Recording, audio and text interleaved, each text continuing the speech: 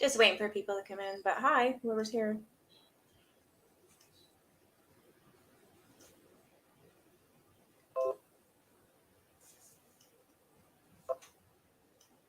I just got a notification for my own stream. What? That's funny.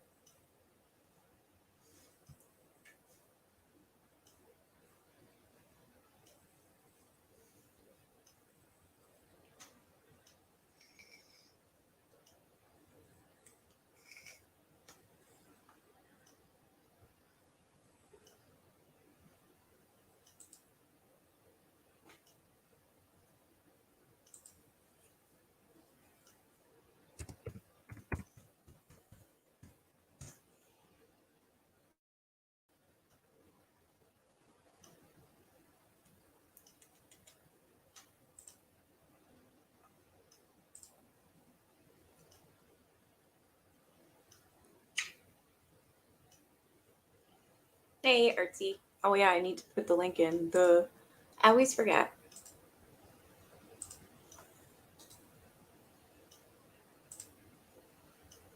Do you hear my cat purring? She won't leave me alone. I gotta read a book, my dear.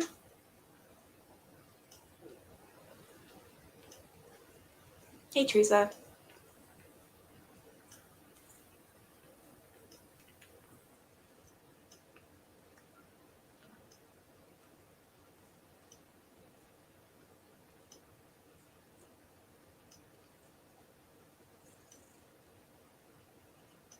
All right, I just wait for you to come up, Artsy, and then I'll start reading. Oh, there you are.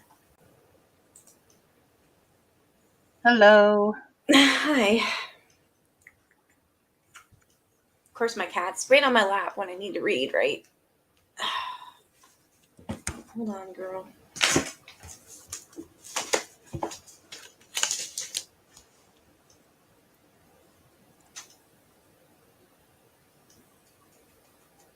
I gotta read now, Missy. All right, I'm just gonna start. Okay, sounds good. Yeah. Is this how I pronounce this? Windema? Okay. Maybe. I don't know on that one. I'll just roll with it. Okay.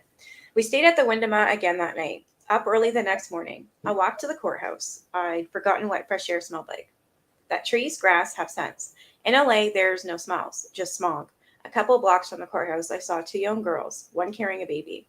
It was a wild guess, but I asked, "Are you Sandy and Squeaky?" They admitted they were. I identified myself and said that I would like to talk to them in the district attorney's office at 1 p.m. They said they would come if I would buy them some candy. I said I would. In the DA's office, Bowles opened his files and gave me everything he had on the Manson family. Sartucci set to work photocopying. In going through the documents, I spotted a reference to Crockett and Poston. Inyo County Deputy Sheriff Don Ward talked to two minors in Shoshone and has their entire conversation recorded. I wanted to interview the pair, but it would save time if I heard the tape first, so I asked McGann to contact Ward and get it for me. There was also an October 2nd, 1969, California Highway Patrol report in which it stated, Deputy Dennis Cox has FIR card on suspect Charles Montgomery, 23 years of age, date of birth 12/2/45. Field interrogation reports are 3x5 cards that are made whenever a person is stopped and questioned. I wanted to see that card. We still knew very little about Tex, who hadn't been arrested in earlier the Swan or Barker raids. After going through the large stack of documents, I started on the evidence seized on October 10th to the 12th raid. I had Granado tested eyes for blood. Negative. The wire cutters were large and heavy. It would have been difficult to shimmy up a telephone It would have been difficult to shiny up a telephone pole with them. Doesn't he mean shimmy? Yeah, it's shimmy. He's saying shiny, but okay. It's shimmy up a telephone pole with them. Still, maybe they were the only pair available. I gave them to the officers so SID could make comparison cuts on the telephone wires. Boots, but no discernible heel mark. I put them aside for SID. I checked the labels on all the clothing, noting that a number of the women's garments, though now filthy, came from expensive shops. I had them taken to LA for analysis. I also wanted Winifred Chapman and Suzanne Struthers to look at them, to see if any of the items might have been the property of Sharon Tate, Abigail Folger, or Rosemary LaBianca. Squeaky and Sandy kept the appointment. I'd done a little checking before talking to them. Though the information was sketchy, I knew that both had been born in Southern California and had come from fairly well-to-do families. Squeaky's parents lived in Santa Monica. Her father was a nautical engineer. Sandy's parents had divorced and remarried. Her father was a San Diego stockbroker. According to DiCarlo, when Sandy joined the family, sometime early in 1968, she had some 6,000 in stocks, which she sold, giving the money to Manson. She and her baby were now on welfare. Both girls had started college, then dropped out. Squeaky attending El Camino Junior College in Torrance, Sandy the University of Oregon and San Francisco State. Squeaky had been one of the earliest members of the family. I later learned, casting her lot with Manson just months after he got out of prison in 1967. They were the first family members I had talked to, other than DiCarlo, who was a fringe member at best, and I was immediately struck by their expressions. They seemed to radiate inner contentment. I'd seen others like this, true believers, religious fanatics, yet I was both shocked and impressed. Nothing seemed to faze them. They smiled almost continuously, no matter what was said. For them, all the questions had been answered. There was no need to search anymore because they had found the truth. And their truth was, Charlie is love. Hey, Brittany. Tell me about this love, I asked them. Do you mean this in the male-female sense? Yes, that too, they answered. But that was only a part. More all-encompassing. Yes, but love is love. You can't define it. Did Charlie teach you this? I asked, genuinely curious. Charlie did not need to teach them, they said. Charlie only turned them around so they could look at themselves and see the love within. Did they believe that Charlie was Jesus Christ? They only smiled enigmatically, as if sharing a secret no one else could possibly understand. Although Squeaky was 21 and Sandy 25, there was a little girl quality to them, as if they hadn't aged but had been retarded at an age stage in their childhood. Little girls playing little girl games, including murder, I wondered. See, I would agree with that if he had to get them to come in there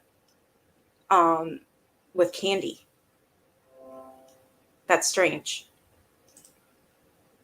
Is your love for Charlie, say, different from your love for George Spahn? I asked Squeaky. No, love is love, Squeaky said. It's all the same. But she hesitated just a moment before answering, giving the impression that though these were the words she was supposed to say, there was hearsay in them, and denying that Charlie was special. Perhaps to overcome this, she told me about her relationship with George Spahn. She was in love with George, Squeaky said. If he asked her to marry him, she would. George was, she went on, a beautiful person inside. He was also, she added, in an obvious attempt to shock me, very good in bed. She was quite graphic. I'm not that interested in your sex life, Squeaky, I told her, but I am very, very interested in what you know about the Tate, LaBianca, Hinman, and other murders. Hey, Queen of Sheba. Neither expression changed in the slightest. The smiles remained. They knew nothing about any crimes. All they knew about was love. Wow. I talked to them for a long time, asking specific questions now, but still getting pat answers. On asking where they were on a certain date, for example, they'd reply, there's no such thing as time. The answers were both non-responsive and a guard. I wanted to get past that guard, to learn what they really felt. I couldn't. I sensed something else. Each was, in her own way, a pretty girl, but there was a sameness about them that was much stronger than their individuality. I noticed it again later that afternoon in talking to other female members of the family. Same expressions, same patterned responses, same tone of voice, same lack of distinct personality. The realization came with a shock. They reminded me less of human beings than Barbie dolls. Looking at Sandy, almost beautiful smile, I remembered something that Frank Fowles had told me, and a chill ran up and down my spine. While she was in jail in Independence, Sandy had been overheard talking to one of the other girls in the family. Sandy had told her, I finally reached the point where I can kill my parents. Holy crap. Oh, you're eating cheesecake? Oh, I love cheesecake. Leslie Snake, Brenda, Gypsy, Frank Fowles arranged to have them brought over from the jail, where they were still being held on charges stemming from the Barker raid. Like Squeaky and Sandy, they accepted my bribe, candy and gun, and told me nothing of importance. Their answers were as if rehearsed. Often they gave identical responses. If we were to get any of them to talk, I knew we could have to separate them. There was a cohesion, a kind of cement that had them together. A part of it was undoubtedly their strange, and to me, still puzzling relationship with Charles Manson. Part was their shared experiences, the world known as the family, but I couldn't help wondering if another of the ingredients wasn't fear Fear of what the others would say if they talked. Fear of what the others would do. The only way we could find out would be to keep them apart, and owing to the smallness of the jail, it couldn't be done in independence. Besides Manson, there was only one female member still in custody, Clem Tufts, Stephen Grogan, and Jack Gardner. Fowles investigator gave me the 18-year-old Grogan's rap sheet. On 3/23/66, possession dangerous drugs. 6 months probation. On 4/27/66, shoplifting, continued on probation. 6/23/66, disturbing the peace, continued on probation. 9/27/66, probation dismissed. 6/5/67, possession marijuana, canceled and released. 8/12/67, shoplifting, bail forfeiture. On 1/22/68, loitering, closed after investigation. 4/5/69, grand theft money and prowling, released in self evidence. 5/20/69, grand theft auto, released. 6/11/69, child molesting and independent exposure. Oh, that's disgusting. Grogan had been observed exposing himself to several children, ages 4 to 5 years. Oh my God. The kids wanted me to? He explained to arresting officers who had caught him in the act. I violated the law. The thing fell out of my pants and the parents got excited. He later told a court-appointed psychiatrist. After interviewing Grogan, the psychiatrist ruled against committing him to Camarillo State Hospital because the minor is much too aggressive to remain in a setting which does not provide containment facilities. The court decided otherwise, sending him to Camarillo for a 90-day observation period. He remained in grand total of 2 days, then walked away, aided, I would later learn, by one of the girls from the family. His escape had occurred on July 19, 1969. He was back at Spawn in time for the Hinman, Tate, and LaBianca murders. He was arrested on August 16th, Spawn raid, but was released 2 days later in time to behead Shorty Shia. Currently, as a result of the Barker raid, he was charged with grand theft auto and possession of an illegal weapon, i.e. the sawed-off shotgun. I asked Fowles the present status of the case. He said that, at the instigation of Grogan's attorney, he had been examined by 2 psychiatrists who had decided that he was presently insane. I told Fowles I hoped he would request a jury trial and fight the insanity plea. If I brought Clem to trial in Los Angeles, charged with participating in the Tate murders, I didn't want the defense introducing evidence into a court in Inyo County had already found him insane. Frank agreed to go along with this. At the moment, our case against Grogan was so thin as to be non-existent. There was no proof that Donald Shorty Shia was even dead. To date, nobody has ever been found. As for the Tate murders, all we had was DeCarlo's statement that Clem had told him we got 5 piggies. There was no way we could use that statement in court if there was a joint trial. In 1965, the California Supreme Court ruled, in the case of People versus Aranda, that the prosecution cannot introduce into evidence a statement made by one defendant which implicates a co-defendant. Since Aranda would have a bearing on all the trials involving the Manson family members, a simplified explanation is in order. For example, if there was a joint trial with more than one defendant, we couldn't use Susan Atkins' statement to Ronnie Howard. We did it, the parole being inadmissible because it implicated co-defendants. We could, however, use her statement, I stabbed Sharon Tate. It is possible to sanitize some statements so they don't violate Aranda. Susan Atkins' admission to Whitley and Gunther. I went to Gary's house with Bobby Beausoleil. Did I say it right? Yeah, you said it right. Yay. Beausoleil. Could be edited to, I went to Gary's house, although a good defense attorney can fight, and depending on the prosecutor and judge, sometimes win the exclusion of even that. But when it came to the pronoun we, there was no way we could get around it. Therefore, Manson's statement to Springer, we knocked off 5 of them just the other night, was useless. As was Clem's remark to DeCarlo, we got 5 piggies. Manson and Grogan could have made such confessions on nationwide TV, and if there was a joint trial, we could never use the remarks against them. So we had virtually nothing on Clem. In going through Grogan's file, I noticed that one of the brothers had made application for the California Highway Patrol. I made note of this, thinking maybe his brother could influence Clem to cooperate with us. DeCarlo had described Grogan in 2 words. He's nuts.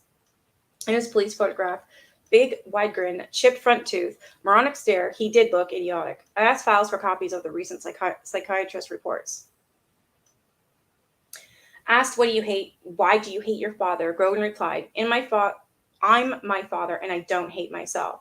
He denied the use of drugs. I have my own Benny's adrenaline. It's called fear. He claimed that love is everything, but according to one psychiatrist, he also revealed that he could not accept the philosophy of interracial brotherhood. Quotes supposedly from the Bible with sexual correlation were given in defense of his attitude. Other quotes from Clem: I'm dying a little every day. My ego is dying and knows he's dying and struggles hard. When you're free of ego, you're free of everything. Whatever you say is right for yourself. Whoever you think I am, that's who I am. The philosophy of Clem or Charles Manson. I'd heard the same thoughts in several instances from the girls.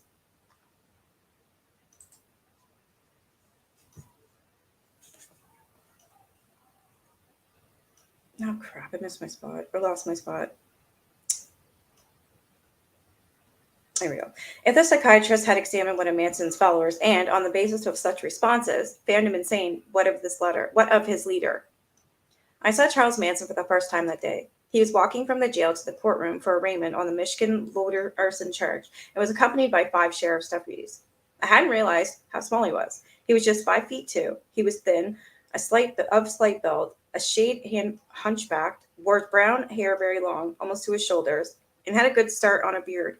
Grown, I'd noticed in comparison, the LASO and Inyo mugshots after his arrest in the Spawn Ranch raid. He wore fringed buckskins, which were not inexpensive. Though handcuffed, his walk was casual, not stiff, as though he was completely at ease. I cannot believe that this little guy had done all the things it was said he had done. He looked anything but a heavyweight, yet I knew that to underrate him would be the biggest mistake I could make. For if the Atkins and DeCarlo stories were true, he was not only capable of committing murder himself, he also possessed the incredible power to command others to kill for him. Manson's girls had talked a great deal about the Indian concept of karma. It was like a boomerang, they said. Whatever you threw out would eventually come back to you. I wonder if Manson himself really believed this, and if he sensed that, nearly 3.5 months after these hideous murders, his own karma was finally returning. He must. You don't assign 5 sheriff's deputies to an arson suspect. If he didn't know now, he would soon enough. When the jail grapevine repeated some of the questions we'd be asking. Before leaving Independence, I gave Frank Fowles both my home and office numbers. If there were any developments, I wanted to be notified, whatever the hour. Manson had pleaded not guilty to the arson charge, and his bail was set at $25,000. If anyone attempted to meet it, I want to know immediately so we could move fast on the murder charges. It might mean revealing our case before we were ready to do so, but the alternative was worse. Aware that he was suspected of murder, once free, Manson would probably split. And with Manson at large, it would be extremely difficult to get anyone to talk. November 22nd to the 23rd, 1969. That weekend, I went through LAPD's files on the Tate LaBianca murders, the Inyo County files, LASO's reports on the Spawn Ranch raid, and other contacts with the family, and numerous rap sheets. LAPD had conducted over 450 interviews on Tate alone. Although they had netted less than a 10% phone call from an ex-hooker, I had to familiarize myself with what had and hadn't been done. I was especially interested in seeing if I could find any link between the Tate LaBianca victims and the Manson clan. Also, I was looking for some clue as to the motive behind the slayings. Occasionally, writers refer to motiveless crimes. I've never encountered such an animal, and I'm convinced that none such exists. It may be unconventional. It may be apparent only to the killer or the killers. It may even be largely unconscious, but every crime is committed for a reason. The problem, especially in this case, was finding it. After listening to the 7-hour taped interview with Daniel DeCarlo, I began studying the criminal record of one Manson Charles M. I wanted to get to know the man I would be up against. Charles Manson was born no-name Maddox on November 12, 1934 in Cincinnati, Ohio, the illegitimate son of a 16-year-old girl named Kathleen Maddox. As with almost everything else written about Manson's early years, even his date of birth is usually given erroneously, although for an understandable reason. Unable to remember her child's birthday, the mother changed it to November 11th, which was Armistice Day and an easier date to remember. Though Manson himself would later state that his mother was a teenage prostitute, other relatives say she was simply loose. One remarked she ran around a lot, drank, got in trouble. Whatever the case, she's lived with a succession of men. One, a much older man named Million Manson, whom she married, was around just long enough to provide a surname for the youth. The identity of Charles Manson's father was something of a mystery. In 1936, Kathleen filed a bastardy suit in Boyd County, Kentucky, against one Colonel Scott. His first name remains unknown. Even in official records, he is referred to as Colonel Scott. As a resident of Ashland, Kentucky, on April 19, 1937, the court awarded her a judgment of $25 plus $5 a month for the support of Charles Mills Manson. Is it Mills or Miles? It's like Milles. I don't know. I don't know either on that one. Okay. We'll just go with Charles M. Manson. Though it was an egregious judgment, Colonel Scott apparently didn't honor it. For as late as 1940, Kathleen was attempting to file an attachment on his wages.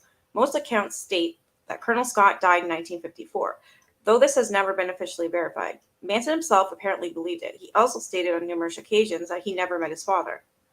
According to her own relatives, Kathleen would leave the child with obliging neighbors for an hour, then disappear for days or weeks. Usually his grandmother or maternal aunt would have to claim him. Most of his early years were spent with one or the other in West Virginia, Kentucky, or Ohio. Yeah, I did read that one, Brittany. I think I read that in the last chapter from my last live. Yeah. He was just smiling. I guess it was very awkward, like weird. Yeah, that was in the book last week. Yeah. In 1939, Kathleen and her brother Luther robbed a Charleston, West Virginia service station, knocking out the attendant with Coke bottles. They were sentenced to 5 years in the state penitentiary for armed robbery. While his mother was in prison, Manson lived with his aunt and uncle in McMession, West Virginia. Probably pronounced that wrong, but oh well. Manson would later tell his counselor at the National Training School for Boys that his uncle and aunt had some marital difficulty until they became interested in religion and became very extreme. A very strict aunt who thought all pleasure sinful but who gave him love. A promiscuous mother who let him do anything he wanted just so long as he didn't bother her. The youth was caught in a tug of war between the two. Paroled in 1942, Kathleen reclaimed Charles, then 8. The next several years were a blur of rundown hotel rooms and newly introduced uncles, most of whom, like his mother, drank heavily. In 1947, she tried to have him put in a foster home, but none being available, the court sent him to Gilbert School for Boys, a caretaking institution in Terre, India. He was 12 years old. According to school records, he made a poor institutional adjustment, and his attitude towards schooling was at best only fair. Though during the short lapses when Charles was pleasant and feeling happy, he presented a likable boy, he had a tendency toward moodiness and a persecution complex. He remained at the school 10 months, then ran away, returning to his mother. She didn't want him, and he ran away again. Burglarizing a grocery store, he stole enough money to rent a room. He then broke into several other stores, stealing, among other things, a bicycle. Caught during a burglary, he was placed in juvenile center in Indianapolis. He escaped the next day. When he was apprehended, the court informed that he was Catholic, made arrangements through a local priest to have him accepted at Father Flanagan's Boys Town. He didn't make its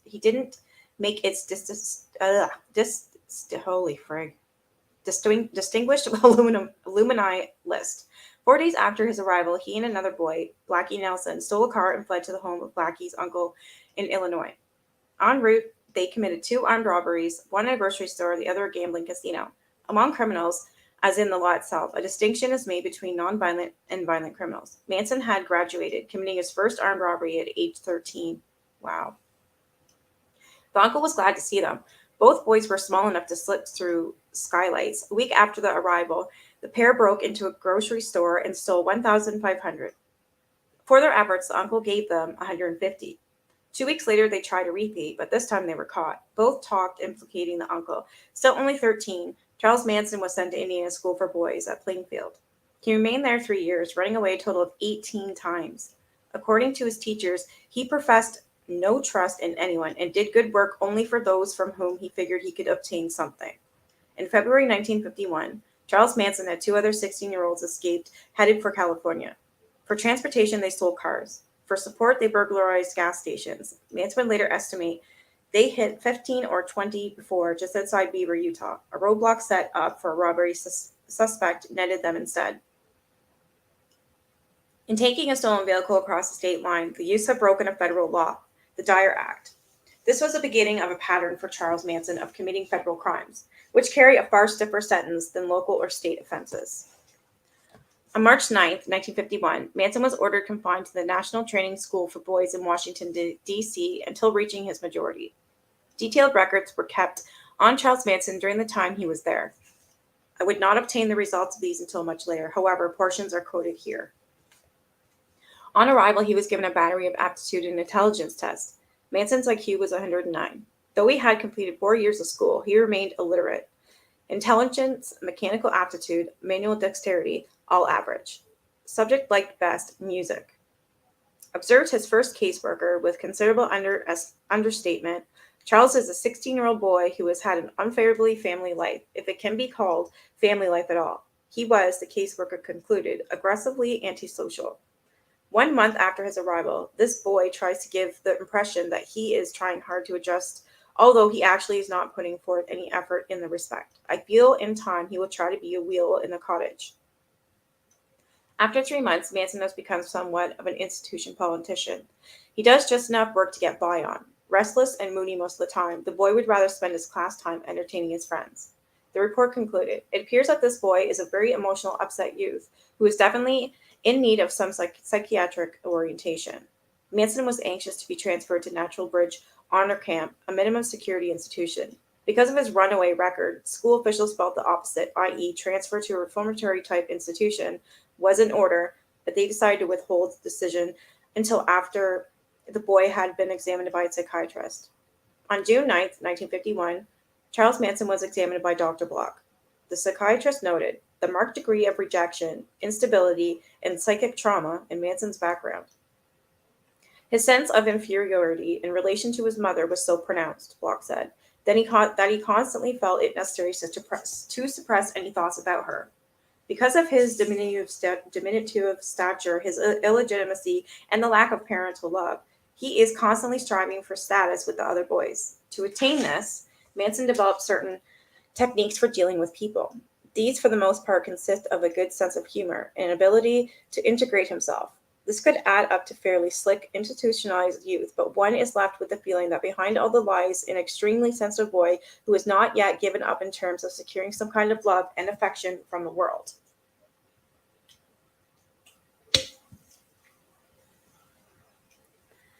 Though the doctor observed that Manson was quite unable to accept any kind of authoritative direction, he found that he accepted the offer of psychiatric interviews.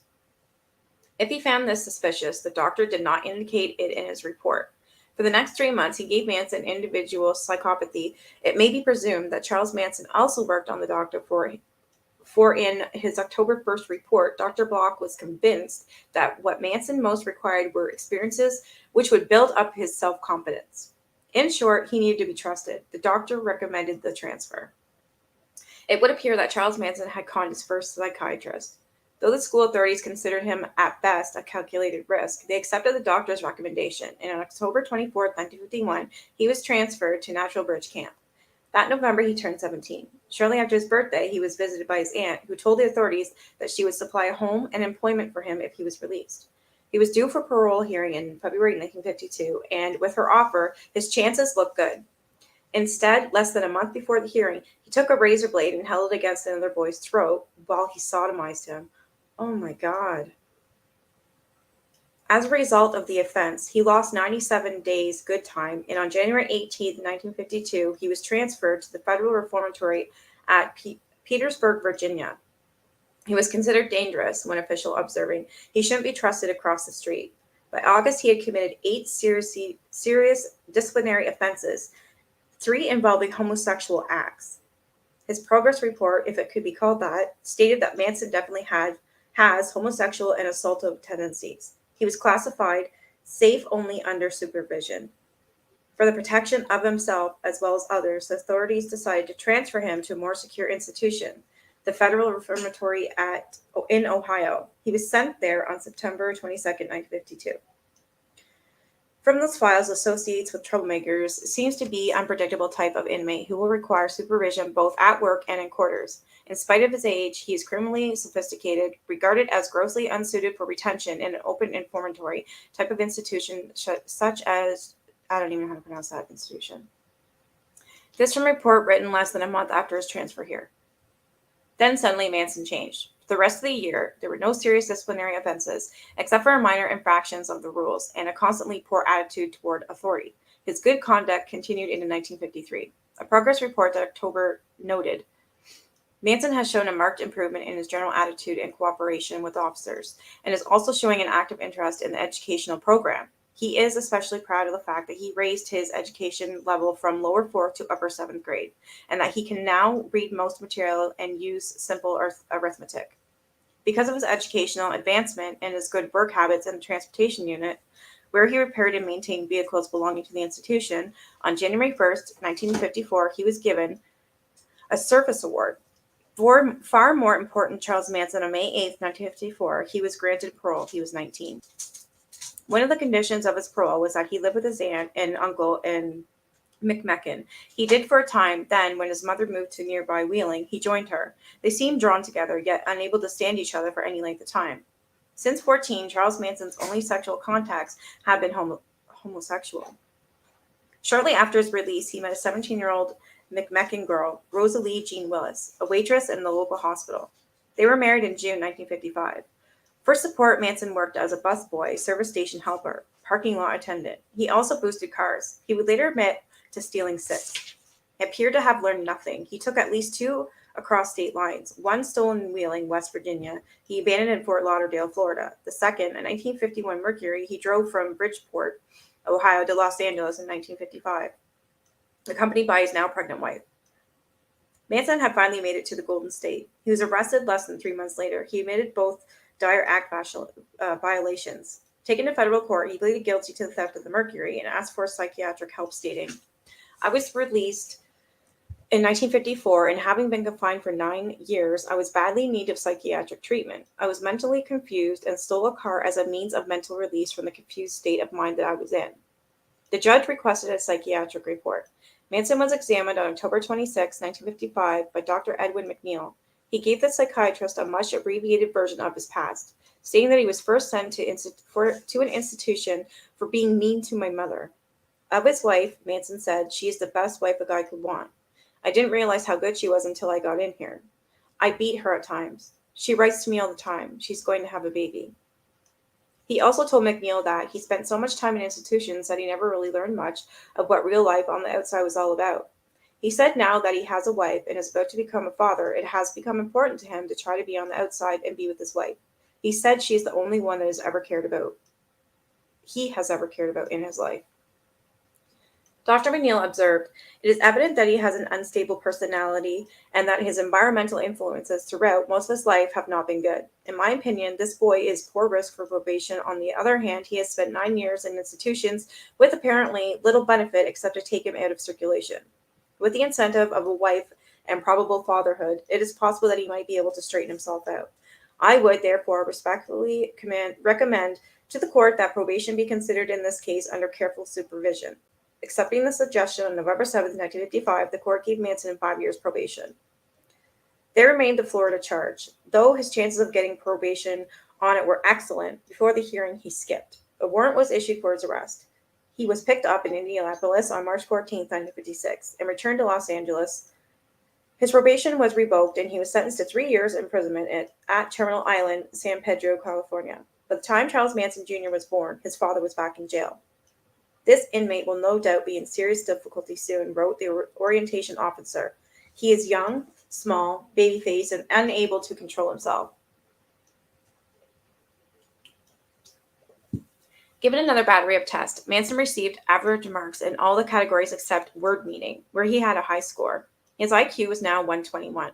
With some perception, when it came to his work assignment, Manson requested a small detail where he is not with too many men. He stated he had a tendency to cut up and misbehave if he is around a gang.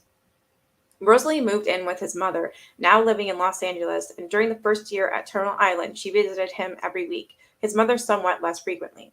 Manson's work habits and attitudes range from good to poor, noted his March 1957 progress report. However, as the time of his parole hearing approaches, his work performance report has jumped from good to excellent, showing that he is capable of a good adjustment if he wants to. His parole hearing was set for April 22nd. In March, His wife's visit ceased. Manson's mother told him Rosalie was living with another man. In early April, he was transferred to the Coast Guard unit under minimal custody. On April 10th, he was found in the Coast Guard parking lot, dressed in civilian clothes, wiring the ignition of a car. Subsequently indicated for attempted escape, he pleaded guilty and an extra 5 years probation was tacked on to the end of his current sentence. On April 22nd, the parole request was denied. Rosalie filed for divorce not long after this, the divorce becoming final in 1958. She retained custody of Charles Jr., remarried, and had no further contact with Manson or his mother. April 1958 annual review. His work performance was sporadic. His behavior continued to be erratic and moody. Almost without exception, he would let down anyone who went to bat for him, the report noted. For example, he was selected to attend the current Dale course by being passed over a number of other applicants because it was felt that this course might be beneficial in his case and he urgently desired enrollment. After attending a few sessions and apparently making excellent progress, he quit in a mood of petulance and has since engaged in no educational activity. Manson was called an almost classic textbook case of the Correctional Institute inmate. His is a very difficult case and it is impossible to predict his future adjustment with any degree of accuracy. He was released September 30th, 1958 on 5 years parole. By November, Manson had found a new occupation, pimping. Oh my God. His teacher was Frank Peters, a Malibu bartender and known procurer with whom he was living. I didn't know he was a pimp. Unknown to Manson, he was under surveillance by the FBI and had been since his release from prison. The federal agents who were looking for a fugitive who had once lived with Peters told Manson's parole officer that his first string consisted of a 16-year-old girl named Judy, whom he had personally turned out. As additional support, he was getting money from Fat Flo, an unattractive Pasadena girl who had wealthy parents. His parole officer called him in for a talk. Manson denied he was pimping, said he was no longer living with Peters, promised never to see Judy again, but stated that he wished to continue his relationship with Flo for money and sex. After all, he said, he had been in a long time. After the interview, the parole officer wrote, "This certainly is a very shaky probationer, and it seems just a matter of time before he gets in further trouble." On May 1st, 1959, Manson was arrested attempting to cash a forged U.S. Treasury check for $37.50 in Ralph's, a Los Angeles supermarket. According to the arresting officers, Manson told them he had stolen the check from a mailbox, 2 more federal offenses. LAPD turned Manson over to Secret Service agents for questioning. What then happened was somewhat embarrassing. Unfortunately for them, read a report of the incident. The check itself has disappeared. They feel certain the subject took it off table and swallowed it when they momentarily turned their backs. The charges remained, however. In mid-June, an attractive 19-year-old girl named Leona called on Manson's parole officer and told him she was pregnant by Charlie. The parole officer was skeptical and wanted to see a medical report. He also began checking her background. With the aid of an attorney, Manson obtained a deal. If he would plead guilty to forging the check, the mail theft charge would be dropped. The judge ordered a psychiatric examination, and Dr. McNeil examined Manson a second time. When Manson appeared in court on September 28, 1959, Dr. McNeil, the U.S. Attorney's Office, and the Probation Department all recommended against his probation. Leona also appeared and made a tearful plea in Manson's behalf. They were deeply in love, she told the judge, and would marry if Charlie were freed. Though it was proved that Leona had lied about being pregnant and that she had an arrest record as a prostitute under the name Candy Stevens, the judge, evidently moved by Leona's plea and Manson's promise to make good, gave the defendant a 10-year sentence, then suspended it and placed him on probation. Manson returned to pimping and breaking federal laws. By December, he had been arrested by LAPD twice for grand theft auto and the use of stolen credit cards. Both charges were dismissed for lack of evidence. That month, he also took Leona, a.k.a. Candy, and a girl named Elizabeth from Needles, California, to Lordsburg, New Mexico for purposes of prostitution, violating the Mann Act, still another federal beef. Held briefly, questioned, and released, he was given the impression that he had beat the rap. He must have suspected that the investigation was continuing, however. Possible to prevent Leona from testifying against him, he did marry her. Though he didn't inform his probation officer of this, he remained free throughout January 1960 while the FBI prepared its case. He just doesn't learn. He was in a small cupboard in the kitchen. I don't remember if it was under the sink, but it was about that size. He was found by his hair coming out the door. Yeah. remember reading about that. Yeah, he's a pretty stubborn little shite. Well, look how much crap he's been in. I'm surprised he's let out at all. That's a lot of friggin' crap. Yeah, you didn't know he was a pimp? No. Oh, he was a bit, yeah. But I mean, I guess Super so, because he racist. sends And his girls to do things with men. So yeah, I guess that would be considered a pimp, right? No, I just never took it as he's literally actually pimping out girls as wow. he used them as recruitment tools to keep the men happy in the family. Yeah, I know that much. I didn't really think it as pimping, but like with this stuff he did earlier, he was literally getting girls and pimping them out, like, and getting money and stuff for them is what I mean. Yeah. It was wow. Late in February, Manson's probation officer was visited by an irate parent, Ralph Samuels from Detroit. Samuel's daughter, Joanne, 19, had come to California in response to an ad for an airline stewardess school, only to learn after paying her tuition that the school was a fraud. She had $700 in savings, however, and together with another disillusioned student, Beth Belden, had rented an apartment in Hollywood. About November 1959, Joanne had the misfortune to meet Charles Manson, who introduced himself, complete with printed card as President, 3-Star Enterprises, nightclub radio and TV productions. Manson conned her into investing her savings in his non-existent company. Oh my God, drugged and ard the roommate and got Joanne pregnant. It was an ectopic pregnancy, the fetus growing in one of the fallopian tubes, and she nearly died. The probation officer could offer little more than a sympathetic ear. However, for Charles Manson had disappeared. A bench warrant was issued, and on April 28th, a federal grand jury indicted him on the Mann Act violation. He was arrested June 1st in Lardo, Texas, after police picked up one of his girls on prostitution charge and brought back to Los Angeles, where on June 23rd, 1960, the court ruled he had violated his probation and ordered him returned to prison to serve out his 10-year sentence. The judge observed, if there was ever a man who demonstrated himself completely unfit for probation, he is it. This was the same judge who had granted him probation the previous September.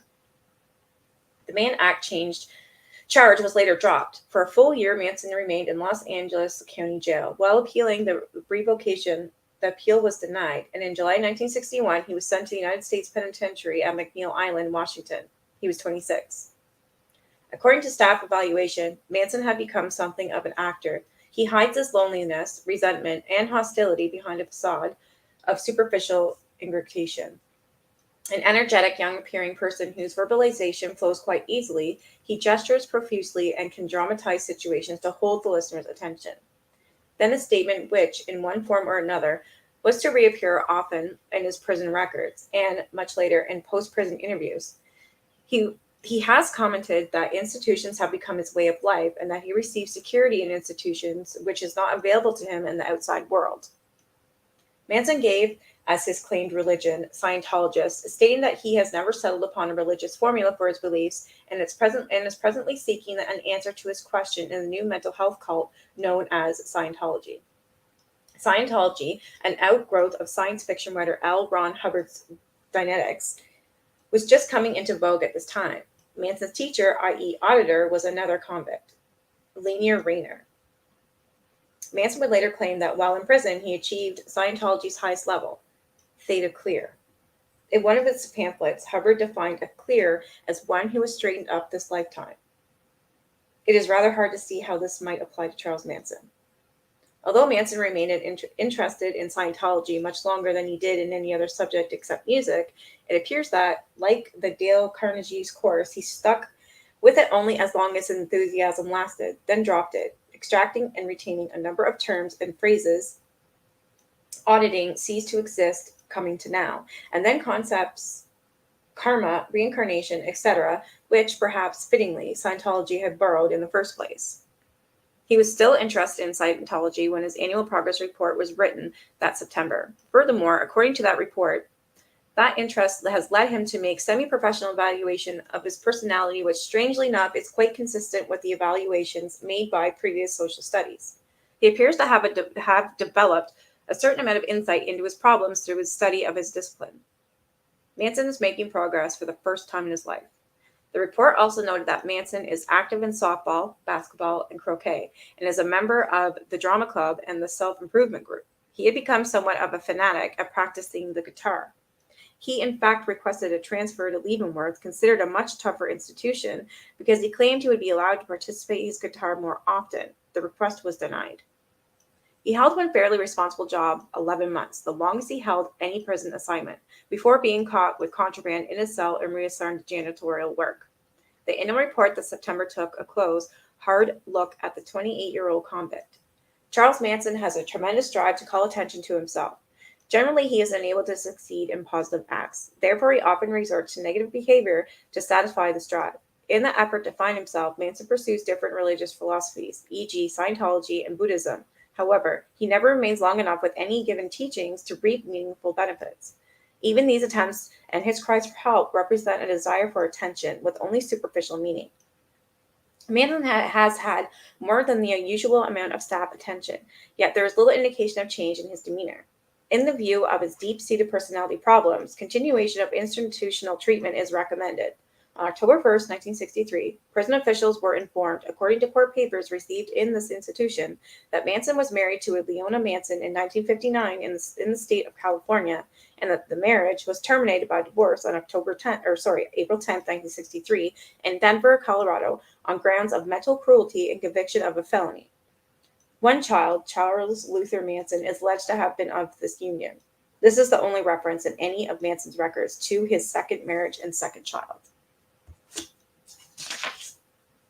Manson's annual review of September 1964 revealed a clear conduct record, but little else encouraging. His past pattern of employment instability continues, seems to have an intense need to call attention to himself, remains emotionally insecure, and tends to involve himself in various fanatical interests. I am going to quickly go to the phone booth. I will be right back.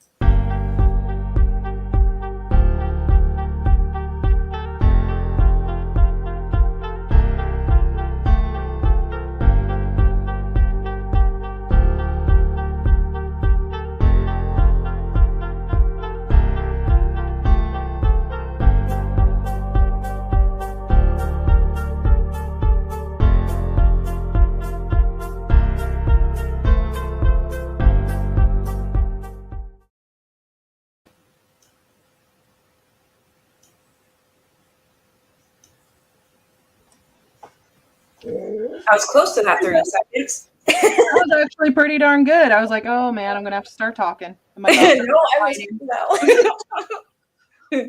So I had to go so bad. Oh my God. Way too much. I was getting a little tempted there. I was like, ooh, what should I say? Should I? Oh my God. I'm just kidding. Oh, where did I leave off? Oh, there we go. The morning Charles Manson was to be freed, he begged the authorities to let him remain in prison. Prison had become his home, he told them. He didn't think he could adjust to the world outside. His request was denied. He was released at 8:15 a.m. on March 21st, 1967, and given transportation to Los Angeles. That same day, he requested and received permission to go to San Francisco. It was there in the Haight-Ashbury section that spring that the family was born. Charles Manson was 32 years old. Over 17 of those years, more than half his life, had been spent in institutions in those 17 years. Manson had only been examined by psychiatrists 3 times, and then very superficially. Yeah, he was literally raised by jail. But yeah, that's insane. But I mean, I'm sorry. I'm not sorry, actually, but saying this, but he's a goddamn monster. I didn't know a lot of these things. I was literally under the impression that Charles Manson is a cult leader. That is it. He just ordered people to do things. I didn't know he did all those things to boys. I did not know a lot of this stuff. It's actually quite disgusting. I was surprised in studying Manson's record to find no sustained history of violence, armed robbery age 13, homosexual R age 17, wife beating age 20. That was it. I was more than surprised. I was amazed at the number of federal offenses. Probably 99 out of 100 criminals never see the inside of a federal court. Yet, here was Manson, described as criminally sophisticated violating the Dyer Act, the Mann Act, stealing from males, forging a government check, and so on. Had Manson been convicted of comparable offenses in state courts, he probably would have served less than 5 years instead of over 17. Why? I can only guess. Perhaps, as he said before, his reluctant release from Terminal Island prison was the only one he had. It was also possible that, consciously or unconsciously, he sought out those offenses that carried the most severe punishments. A third speculation, and I wasn't overlooking the possibility that it could be a combination of all three, was a need, amounting almost to a compulsion, to challenge the strongest authority. I was a long way from understanding Charles Manson. Though I could see patterns in his conduct, which might be clues to his future actions, a great deal was missing. Burglar, car thief, forger, pimp. Was this the portrait of a mass murderer? I had far more questions than answers, and as yet, not even a clue as to the motive. November 24th to the 26th, 1969. Although Lieutenants Helder and LePage remained in charge of the Tate and LaBianca cases, the assignments were more jurisdictional than operational, since each was in charge of the numerous other homicide investigations. 19 detectives had originally been assigned to the 2 cases. That number had now been cut to 6. Moreover, for more odd reason, there were only 2 victims in the LaBianca slayings. 4 detectives remained assigned to that case: Sergeant Phillip, Mike Nelson, Manuel Chick, we'll go with Manuel, and Frank Patchett. But on the Tate case, where there were 5 victims, there were only 2 detectives, Sergeants Robert Calkins and Mike McGann. I called Calkins and McGann in for conference and gave them a list of things I needed done. A few samples were: interview Terry Melcher, check the fingerprints of every known family member against the 25 unmatched Laytons found at 10050 Cielo Drive, put out a warrant on Charles Tex Montgomery, using the description on Inyo Deputy Sheriff Cox August 21st, 1969 FIR card. 6 feet. He was a male, 6 feet, male Caucasian, 6 feet, 145 pounds, slim build, ruddy complexion, born December 2nd, 1945. If the case breaks before we arrest him, I told them we may never find him. Show photos of every family member to Chapman, Garrettson, the Tate Gardners, and the families, friends, and business associates of the victims. If there's a link. If there's a link, I want to know about it. I've never seen it says there's a link, but it's supposed to be if there's a link. I've never seen a book written with errors before, ever.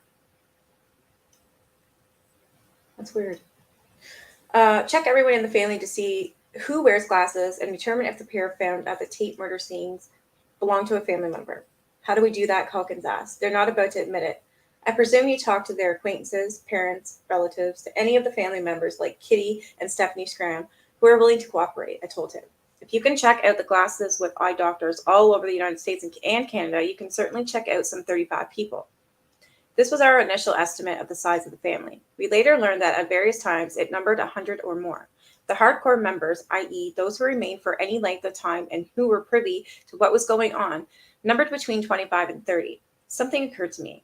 You did check out Garrettson, didn't you, to see if those glasses were his? They weren't sure. They'd have to get back to me on that. I later learned that although Garrettson had been the first and, for a long time, the only suspect in the murders, no one had thought to ascertain if those glasses, the single most important clue found at the murder scene, belonged to him. Wow, that's some great police work. They hadn't even asked him if he wore glasses. Turned out he sometimes did. I learned this in talking to his attorney, Barry Tarlow. Eventually, I was able to get LAPD to contact the police in Lancaster, Ohio, Garrettson's hometown, where he had returned after his release, and they obtained the specifics of Garrettson's prescription from his local optometrist. Not even close. From the evidence I'd seen, I didn't believe Garrettson was involved in the murders, but I didn't want a defense attorney popping up at court, pointing a finger, or rather a pair of eyeglasses, at an alternate suspect. I was also curious about whom those glasses belonged to. After Calkins and McGann left, I got in touch with the LaBianca detectives and gave them some instructions regarding the photos in the Waverly Drive at Layton's. 5 of the Manson girls were still in jail in Independence. LAPD decided to bring them to Los Angeles for individual interrogation. They would be confined at Sybil Brand, but keep away would be placed on each. This meant they could have no contact with each other or with anyone else LAPD designated, for example, Susan Atkins. It was a good move on LAPD's part. There was a chance that, questioned separately, one or more might decide to talk. That evening, the TV commentator George Putnam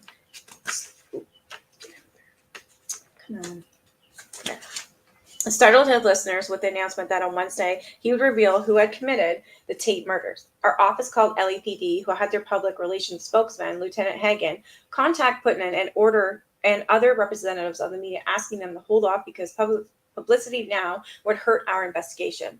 All the newspapers, wire services, and radio and TV stations agreed to sit on the story, but only for 1 week until Monday, December 1st. The news was too big, and each was afraid someone else would try for the scoop. There had been a leak. It wouldn't be the last. On Tuesday, the 25th, Frank Fowles, the Inyo County DA, called and we traded some information. Fowles told me that Sandra Good had been overheard talking again. She had told another family member that Charlie was going to go alibi if he was brought to trial for the Tate LaBianca murders.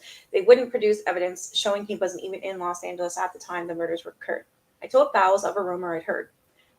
According to McGann, a police informant in Las Vegas had told him that Charles Tex Montgomery and Bruce Davis had been seen there the previous day, driving a green panel Volkswagen. They allegedly told someone that they were attempting to raise enough money to bail out Manson. Failing in that, they intended to kill someone. Fowles had heard similar rumblings along the Manson girls. He took them seriously enough to send his own family out of Inyo County over the Thanksgiving weekend. He remained behind, however, ready to forestall any bail attempt. After hanging up, I called Patchett and I can't pronounce that name, of the LaBianca team and told them I wanted a detailed report on Manson's activities the week of the murders. Unlike the Tate detectives, they didn't ask how to do it. They went out and did it, eventually giving me evidence which, together with the other information we obtained, would blow any alibi defense to the smithereens.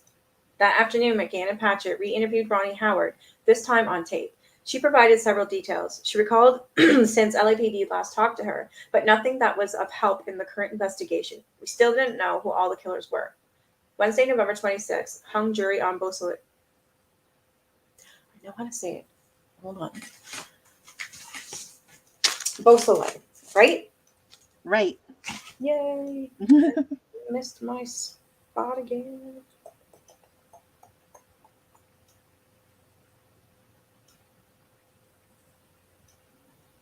Here we go. Wednesday, November 26th, hung jury on Beausoleil. One of the deputy DAs yelled in the door of my office, 8-4 for conviction. The case had been so weak our office hadn't sought the death penalty. Also, the jury hadn't believed Danny DiCarlo.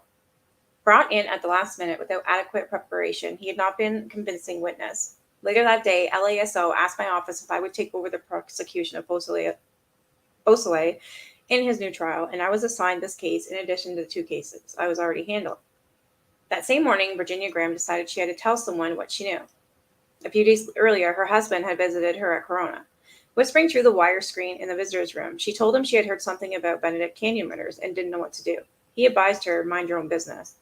But she would later state, I can see a lot of things I don't say anything about, but this is sick. This is so bad that I don't know who can mind their own business with this.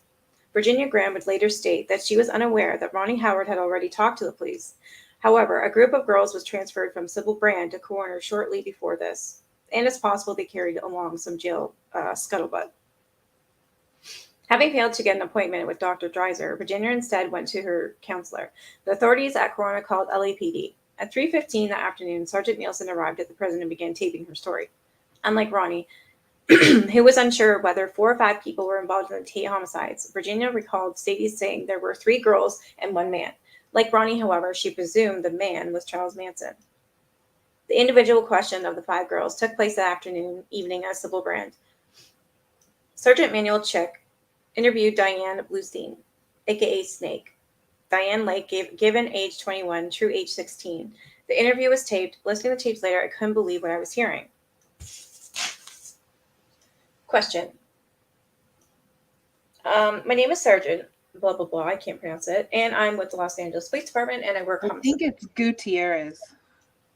I'm going to write that down because I don't forget. I'm not 100% sure. That makes sense. No, that sounds like that's what it is. Like, Gutierrez. Okay. I need a damn pen that works. It's easier if I write it down than I just look for it. It's like, yeah, that's how it is.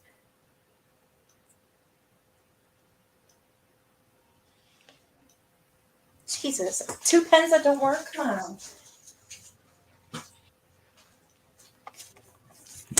Try a third pen.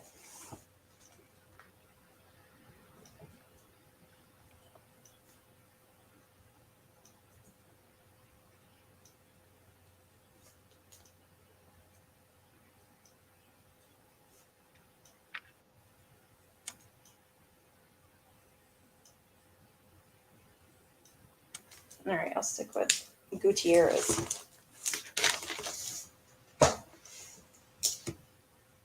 My name is Sergeant Gutierrez, and I'm with the Los Angeles Police Department, and I work homicide. I've talked to several of the girls. The girls have been real nice, and we've had some long, long chats. We knew a lot of things that went on over at Spawn.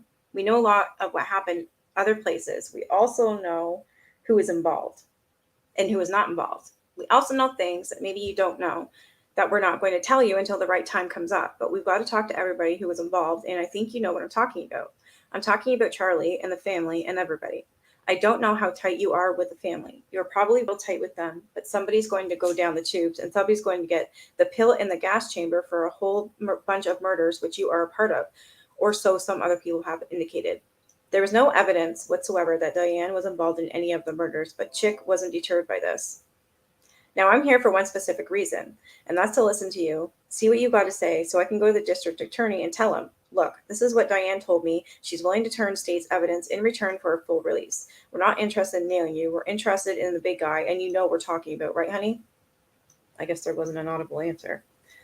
Now, somebody's going to go to that gas chamber. You know that. This is just too big. This is the biggest murder of the century. You know that, and I know it. So in order to protect yourself from getting even indicted or spending the rest of your life in jail, then you're going to have to come up with some answers. We know of about 14 murders right now, and you know which ones I'm talking about. My throat's starting to kill me. I'm just going to take some medicine and have a big drink. Oh. I already had my Advil out because I knew it was going to happen.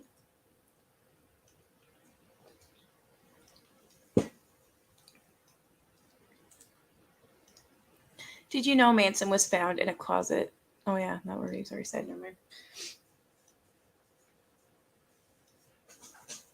Her answer was unintelligible again.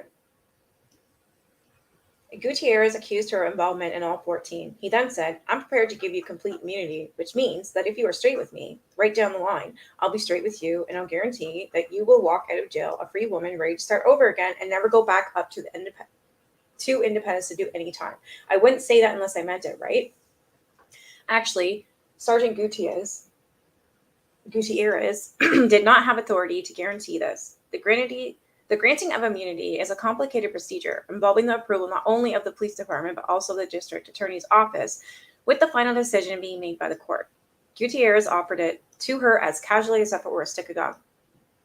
Commenting on her silence, Sergeant Gutierrez said, now, what's that going to prove, huh? Right now, the only thing you're proving to me, honey, is that, heck, you're out there sticking your nose out for a guy by the name of Charlie. Now, what's Charlie? He got you guys in all this problem. You could have been out right now doing your thing, but here you're holding silent for what? For Charlie? Charlie ain't never going to get out of that jail. You know that, right? Didn't we start out on a good terms, huh? Yes, she said. Okay. And I'm not about to beat you over the head with a hammer or hose and all that. All I want to do is talk to you friendly. Gutierrez interviewed Diane for nearly 2 hours, obtaining from the 16-year-old little more than the admission that she liked candy bars. Later, Diane Lake would become one of the prosecution's most important witnesses. But credit for this goes to the Inyo County authorities, in particular Gibbons and Gardner, who, instead of threats, tried patient, sympathetic understanding. It made all the difference. Having got nothing from Diane, Gutierrez next interviewed Rachel Morse, a.k.a. How do you say that word? Auschwitz? I don't even know. It sounds German or something. Ruth Ann Morehouse, age 18. Ruth Ann was the girl Danny DiCarlo identified as his favorite sweetie, the same girl who at Barker Ranch had told him she couldn't wait to get her first pig. Unlike Diane, Ruth had answered Gutierrez's questions, though most of her replies were lies. She claimed she'd never heard of Shorty, Gary Hinman, or anyone named Katie.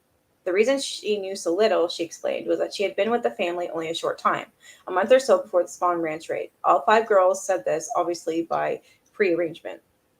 I want to know everything you know. because you're going to testify before that grand jury. I don't know anything, she said. Then you're going to hang with the rest of them. You're going to go to the joint. If you don't start cooperating, you're going to go to the joint, and let me tell you what it is down there. They may drop that pill on you. They may drop that cyanide pill on you. For her answer, she's nearly screaming, I haven't done anything. I don't know anything about it. Then later, how old are you? She said 18. That's old enough to go to the gas chamber. There was also no evidence linking her to any of the homicides, but Gutierrez told her, 14 murders and you're involved in each one. He also promised her complete immunity. You're either going to go up for murder, or you're going to go free, and added. Also, there is a $25,000 reward.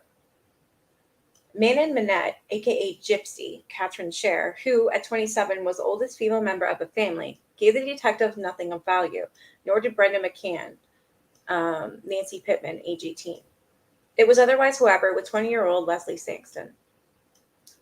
Leslie, whose true name, how do you pronounce her last name? Van Houten? Artsy? Which one? What? Sorry. Leslie's last name, is it Van Houten? Van Houten. Van Houten.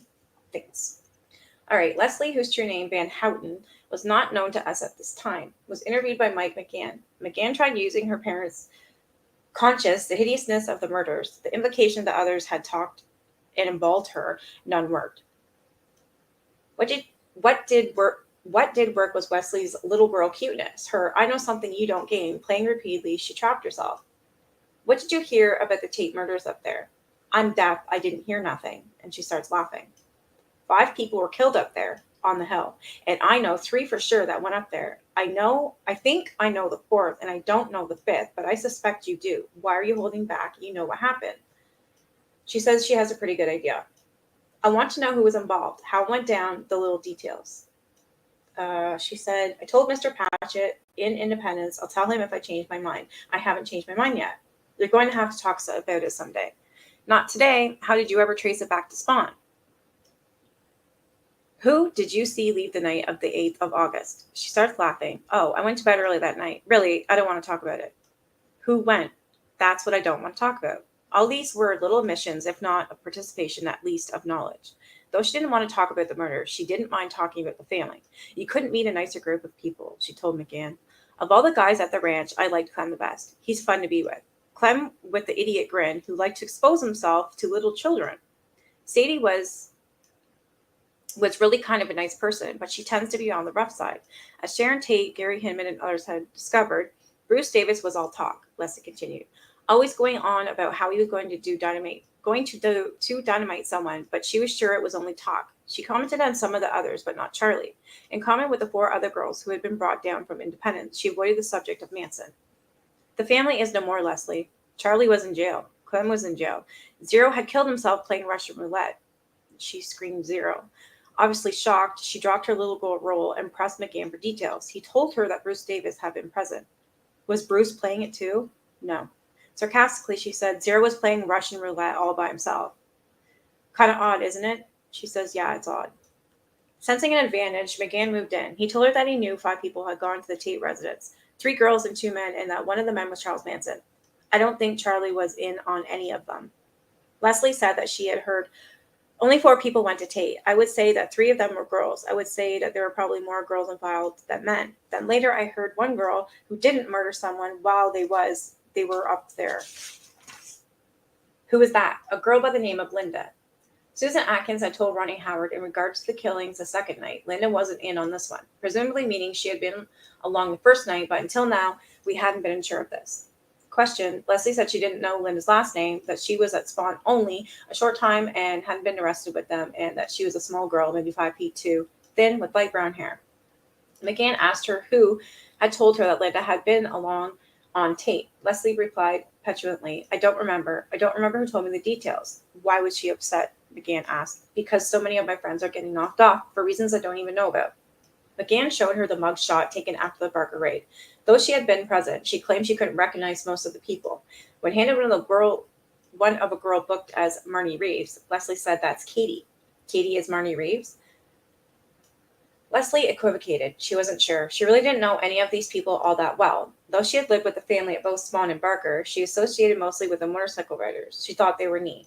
McGann brought the questioning back to the murders. Leslie began playing games again, and in the process making admissions. She implied that she knew of 11 murders. Hinman 1, Tate 5, LaBianca 2, Shia 1, for a total of 9. But she declined to identify the other 2. It was as if she was keeping score in a baseball game. There was a break in the questioning. It's standard police procedure to leave a suspect alone for a while to think about his or her answers to provide a transition between soft and hard interrogation. It also gives officers an opportunity to visit the can. When McGann returned, he decided to shock Leslie some more. Sadie has already told 15 people in the jailhouse that she was there, that she took part in it. That's incredible, then. After a thoughtful pause, didn't she mention anyone else? No, except for Charlie and Katie. She mentioned Charlie and Katie. That's right. That's pretty nauseating. She said Katie was there, and I know it was Marnie Reeves, and you know it was Marnie Reeves. At this point, McGann later told me Leslie nodded her head affirmatively. Sadie also said, I went out the next night and killed 2 more people out in the hills. Sadie said that? Leslie was astonished, with good reason. Though we were as yet unaware of it, Leslie knew Susan Atkins had never entered the LaBianca residence. She knew that because she was one of the persons who had. After this, Leslie refused to answer any further questions. McGann asked her why. Because if Zero was suddenly found playing Russian roulette, I could be found playing Russian roulette. We'll give you 24-hour protection from now on. Laughing sarcastically, she says, oh, that would be really nice. I'd rather stay in jail. From Leslie, we learned that there were 3 girls had gone to the Tate residence: Sadie, Katie, and Linda. We also learned that Linda was one girl who didn't murder someone, the clear implication being that the 2 other girls had. Beyond Leslie's limited description of Linda, however, we knew nothing about her. We also knew that Katie was Marnie Reeves. According to her annual arrest sheet, she was 5 feet 6, weighed 120 pounds, had brown hair and blue eyes. Her photograph revealed a not very attractive girl with very long hair and a somewhat mannish face. She looked older than 22, the age she gave. In comparing the Barker and Swan photos, it was discovered that she had been arrested in an earlier raid also, at that time giving the name Mary Ann Scott. It was possible that Katie, Marnie Reeves, and Mary Ann Scott were all 3 aliases. She had been released a few days after her arrest at Barker, and her current whereabouts were unknown. In return, Leslie had learned a few things from McGann: that Tex, Katie, and Linda were still free, and more important, that Susan Atkins, aka Sadie Mae Glutz, was the snitch. Even with the keep away on the girls, it wouldn't be long before this information got back to Manson.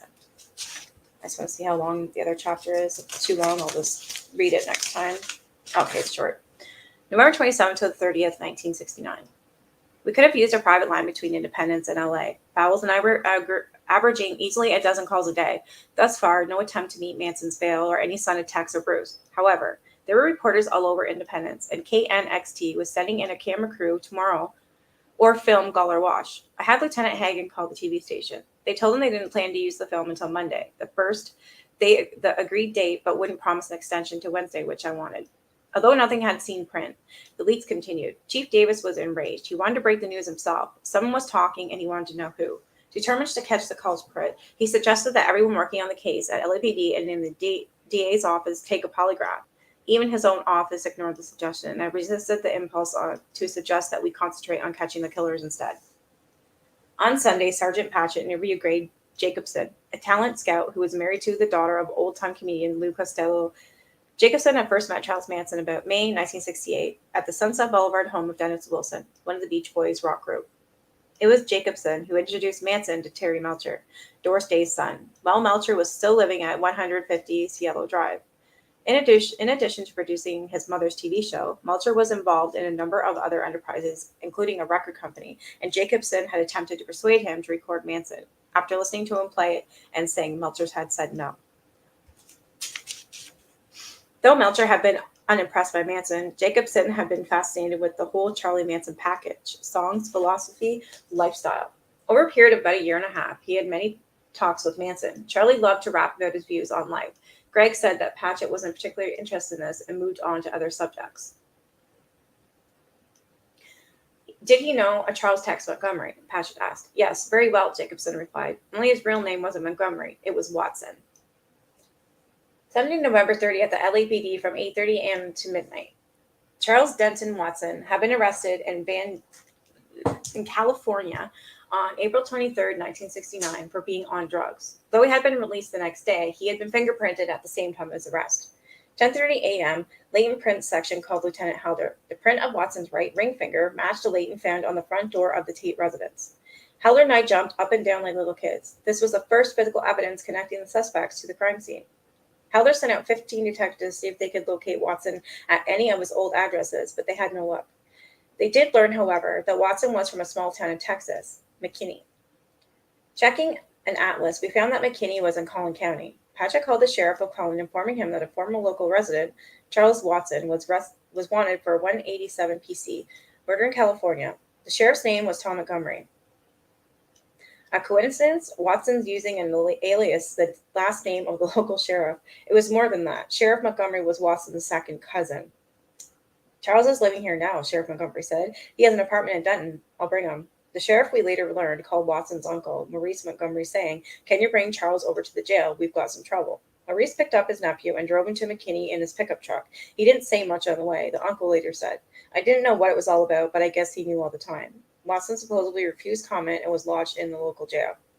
"Texans are straight shooters," LAPD told me. "They'll hold him until we get around to sending an arrest warrant." Not wanting to take any chances, I suggested we send someone to McKinney with the warrant, and it was decided that Sartucci and Nelson would leave at 11 the next morning. Manson, Atkins, and Watson were now in custody, but 2 other suspects were still at large. From one of the ranch hands at Spawn, LAPD heard that Linda's last name was Kasabian, and that she was supposedly in a convent in New Mexico. This was probably garbled convent, having been mistaken for commune. Marty Reese was rumored to be on a farm outside of Mobile, Alabama. That same day, Patchett interviewed Terry Melcher regarding his contacts with Manson. He confirmed what Jacobson had already said. He had gone to Swan Ranch twice to hear Manson and the girls perform and was not enthused. He had also seen Manson twice before this. While visiting Dennis Wilson, Melcher, however, added one important detail Jacobson hadn't mentioned. On one of the later occasions, late at night, Wilson had given him a ride back to his house on Cielo Drive. Manson had come along, sitting in the backseat of the car, singing and playing his guitar. They'd driven up to the gate and let him out, Melcher said. Wilson and Manson then driving off. We now knew that Charles Manson had been to 150 Cielo Drive on at least one occasion prior to the murders, although there was no evidence that he had ever been inside the gate. At 5:30 that Sunday afternoon, while still at LAPD, I talked to Richard Caballero. I'm just going to screw that one up. Talked to Richard, a former deputy DA now in private practice. He was representing Susan Atkins on the him in charge. Earlier, he had contacted Aaron Stovitz, wanting to know what the DA's office had on his client.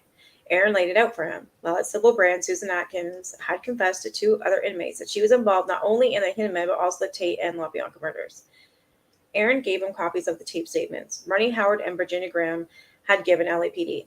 Under the law of discovery, the prosecution must make available to a defense attorney any and all evidence against his client. This is a one-way street. While the defense therefore knows in advance exactly what evidence the prosecution has, the defense isn't required to tell the prosecution anything. Although discovery usually occurs after a formal request to the court, Aaron wanted to impress them with the strength of our case, hoping his client would decide to cooperate. He came to Parker Center to see me and the detectives, wanting to know what kind of deal we could offer.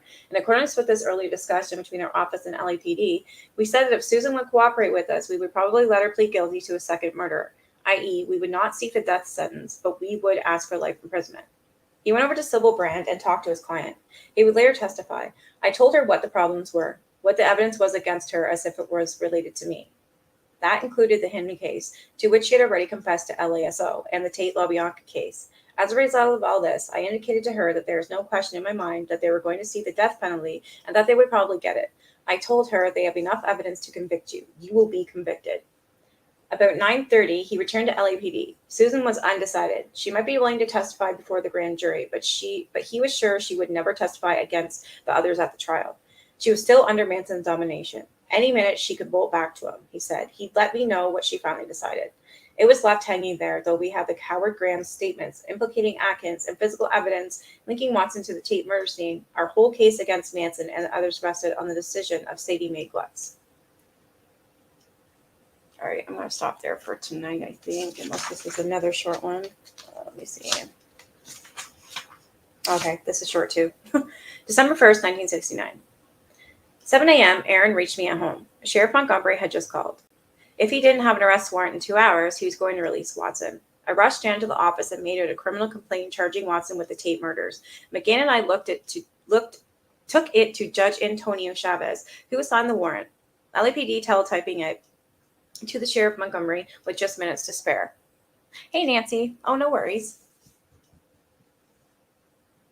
I also made out 2 other complaints, one against Linda Kasabian, the other against Patricia Krenwinkel. The latter, LAPD had learned from LASO, was the real name of Marnie Reeves, aka Katie. Following the Spawn raid, her father, Joseph Krenwinkel, an Inglewood, California insurance agent, had arranged for her release. On learning this, Sergeant Nielsen had called Krenwinkel, asking where he could reach his daughter. He had told him she was staying with relatives in Mobile, Alabama, and given him the address. LAPD had then contacted Mobile Police Chief James Robinson, and he had been out looking for her now. Judge Chavez signed these warrants also. Buck Compton, the sheriff deputy district attorney, called to inform me that Chief Davis had scheduled a press conference for 2 that afternoon. Aaron and I were to be in his office at 1:30. Buck, this is way too premature, I told him. We don't even have enough on Manson for an indictment, much less a conviction. As for Krenwinkel and Kasabian, if the story breaks before they're picked up, we've never catch them. Can't we persuade Davis to hold off? Buck promised to try. At least part of my worry was unnecessary. Patricia Krenwinkel was arrested in Mobile a few minutes before we arrived in Compton's office. Mobile police had gone to the home of her aunt, Mrs. Garnett Reeves, but Patricia wasn't there. However, Sergeant William McKellar and his partner were driving down the road that runs in front of the residence where they say a sports car with a boy and a girl inside. They saw a sports car with a boy and a girl inside. As the 2 cars passed, McKellar noticed a female passenger pulled her hat down over her lower over her face. Convinced this was an effort to avoid identification, officers pulled a quick U and sirened the car to a halt. Though the girl fitted the teletype description, she said her name was Montgomery, the same alias Watson had used. On being taken to the aunt's home, however, she admitted her true identity. The young man, a local acquaintance, was questioned and released. Patricia Krenwinkel was read her rights and placed under arrest at 3:20 p.m. Mobile time. 1:30 p.m., Buck, Aaron, and I met with Chief Davis. I told Davis that I'd scraped together barely enough evidence against Krenwinkel and Kasabian to get warrants, but it was all inadmissible hearsay. Leslie Sankton's statement to McGann, Susan Atkins' statements to Virginia Graham, and Barney Howard. We can't get a grand jury indictment on this, I told him, adding, if Susan Atkins doesn't cooperate, we've had it. There were over 200 reports and cameramen waiting in the police auditorium, Davis said, representing not only all the networks and wire services, but newspapers from all over the world. There was no way he'd call it off now. Shortly before the press conference, Lieutenant Helder called both Roman Polanski and Colonel Paul Tate, telling them the news. For Colonel Tate, the news meant the end of his months-long private investigation. Despite his diligence, he had not come up with anything that was of use to us. But at least now, the wondering and suspicion was over.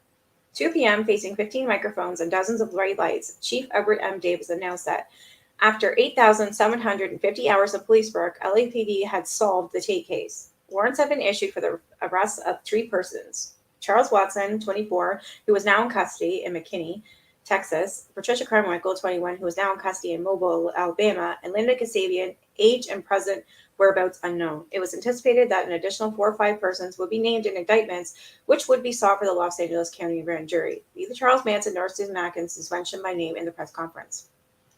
These persons, Davis continued, were also involved in the murder deaths of Rosemary and Leno LaBianca. This came as a big surprise to most of the newsmen, since LAPD had maintained almost from the start there was no connection between the 2 homicides. Through a few reporters had suspected the crimes were linked, they've been enabled to sell their theories to LAPD.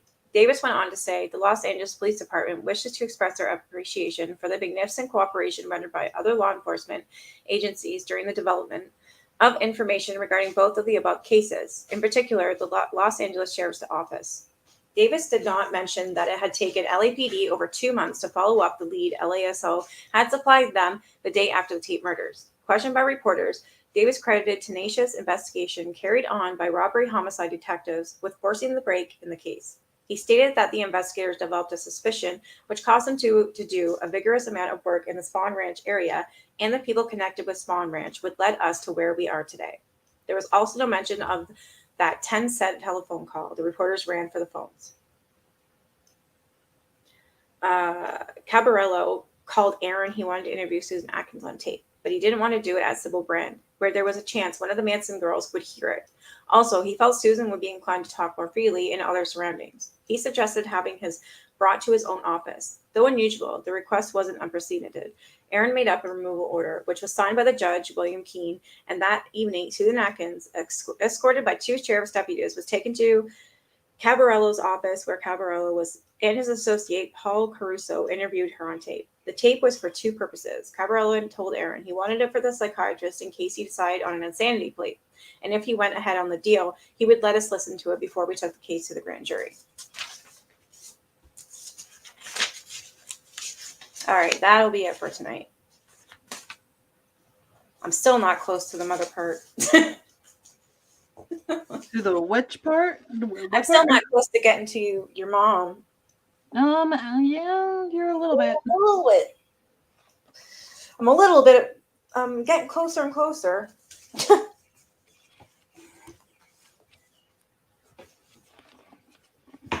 my throat's killing me.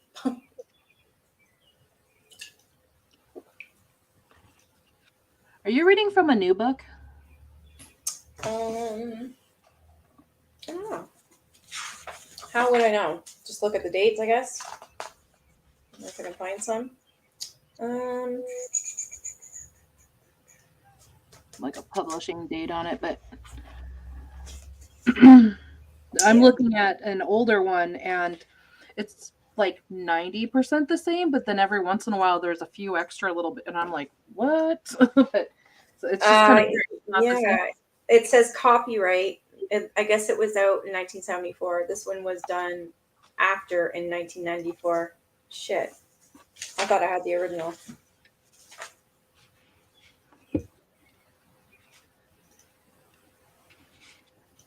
I hope that's not going to be an issue and everything's still in here. So is everything still the same? It's just adding more to it? Yeah, it's just a couple, like, there'll be like an additional sentence here or there, kind of like explaining like a slang or something. Oh, okay. Yeah, there's a lot of, maybe that's why they updated it. There's a lot of like asterisks and stuff explaining what this is, what that is, and what the real names are and why they had to hold it and stuff like that. So I don't know if that's what you mean, but there is a lot of those. Yeah, maybe.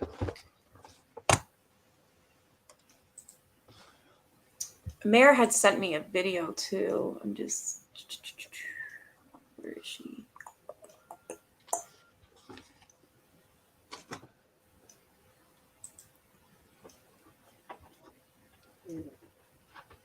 Hey, puppy. Okay.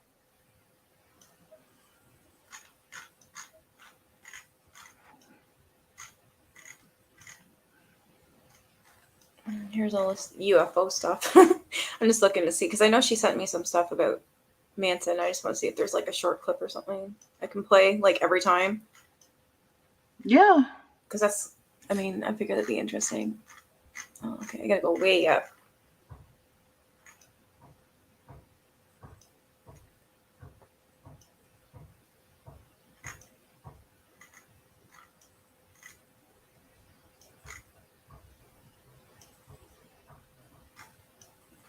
My God, there's a whole bunch of stuff.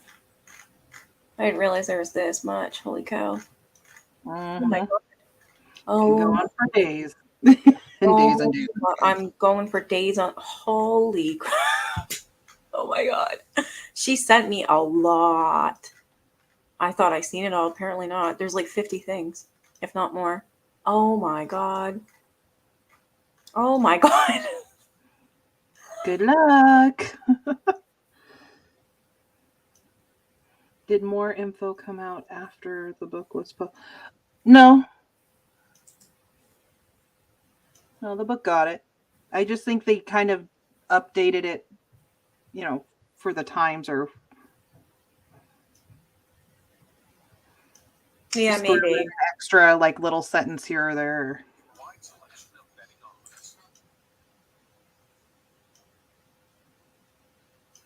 Okay, this one's only 18 minutes, and it is called Susan Atkins, Charles Manson's Angel of Death, 60 Minutes, Australia. So it's 18 minutes long. Do you want to watch it? Sure, I could. Because we talked about Susan. I'm just saying because we talked about Why? we talked about her already. Might as well. Unless, yeah, she almost got immunity. Like it was offered. yeah. Just wait till after if there's any questions. Did more info come out after? Okay, and then she said Nancy said evidence.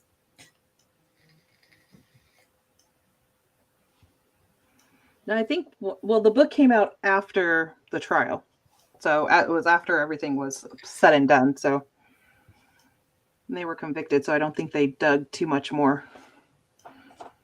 Yeah. This looks like a really old interview. I just figures we keep talking about Susan Atkins, might as well play it. I've got a lot to go through. All right, I'm gonna shut up after I share this screen.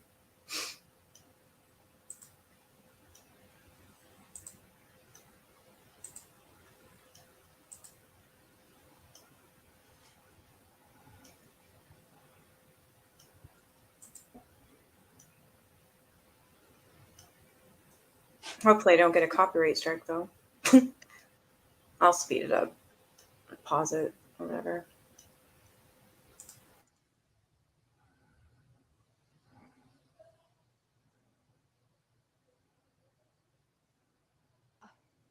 There's no undoing. There's no wiping it out. There's no whitewashing it. It's there. It's a fact. It happened, and I was a part of it. Susan Atkins was a part of the most chilling murder spree in Californian history. I feel that there are 8 lives that had I not been involved, they may still be alive today. 8 worthwhile human beings who had the right to live, and they're no longer alive. And it's something that I live with every day. I'm sorry. There are really After 17 years in prison, the woman usually described as America's most vicious murderess says she's found God. And after years of silence, Susan Atkins has given us an extraordinary new version of the Manson murders. She now says she was, but not. I don't believe that for a second. Do you? I think this is bullshit. This is. I'm bullshit. You found God. Isn't she the one that killed Sharon Tate? She is not only. Okay. So not only did she stab Sharon Tate, but Sharon Tate begged her for her life. She said, "Look, bitch, I have no mercy for you." Yes. Then she stabbed her, and then she tasted her blood. And then she took a towel, dipped it in Sharon's blood, and wrote pig on the front door. Yeah. I don't believe that. I don't believe her whatsoever. Oh my God. What does finding God have to do with it? Ugh. It drives me nuts. Like any parole hearing, it's like, let me out. I'm a good person. I found Jesus. No, she's not a good person. That person, she can never, ever, there's no way how, I don't believe for a second. This interview is going to piss me off. Already has. Sorry, don't continue. She's dead now. Yay, by the way, Susan Atkins. Peace, bitch. I second that. Yay. Don't rest in peace either.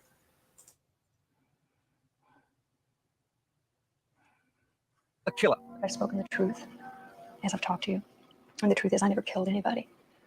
I lied at the grand jury. I lied at the trial and said that I killed people that I, in fact, did not. I live with that knowledge. I live with the fact that people think that I killed a pregnant woman, 8.5 months pregnant. As you listen to more of Susan Atkins' remarkable turnaround, you'll get a chance to judge whether or not she's changed. She certainly looks and sounds different to when she was one of the Manson girls laughing their way through the murder trials. The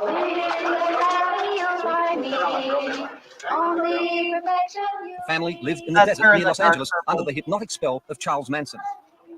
He's also in jail, and he's also eligible for parole, but the feeling is he'll never go free. I read the other day where I had magical powers, and I told everybody in the chapel, I said, tap, tap, tap, tap. I said, where's my magical powers? Well, you can't believe what you read in the press. I can get no magical powers, mystical trips, and all that kind of crap. Charlie Manson sent out his family, a family of killers, up here into the Hollywood Hills, believing that they could start a war between blacks and whites. First, the family went creepy crawling, as they put it, breaking into these big houses at night while the people were sleeping. And then with knives and guns, they began to murder the rich and the famous with a kind of horror and viciousness even Hollywood wasn't prepared for. How had Charlie instructed you to behave when this was happening? Mercilessly, coldly, and brutally terrorizing people. I wasn't instructed to show any mercy. The motive of the Manson family was to attain political power in the United States. They wanted to start a race war between blacks and whites. Deputy District Attorney Stephen Kay helped put the Manson family behind bars. Now he's fighting to keep them in jail because he says they're a threat to society. Manson and the family would at least rule the United States. It was never clear if they were going to rule the world, but at least the United States. Leo Vegas Online Casino has it all. The 3 real classics, the latest exclusive releases, that slot with the awesome feature round. Leo Vegas, King of Casino.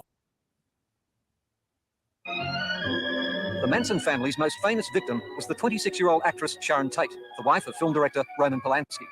Manson picked a house, and Sharon Tate happened to be there. For no other reason than that, her life. Sucks I can't talk like when it's playing because it echoes. You can, I can't. Oh, really? Yeah, it always Of echoes. course. So that's why you have to mute yourself whenever you're live, but it's fine when you do. I don't hear no echo. My stepson found Jesus every time he was in jail. Oh my God. Yeah.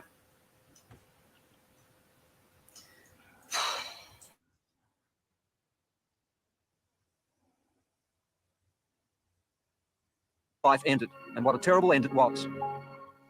On a hot August night in 1969, part of the Manson family, Susan Atkins, Tex Watson, and Patricia Krenwinkel, carried out what the prosecutor later called the most horror-filled hour of murder in American criminal history. At Sharon Tate's house over there, they butchered 5 people.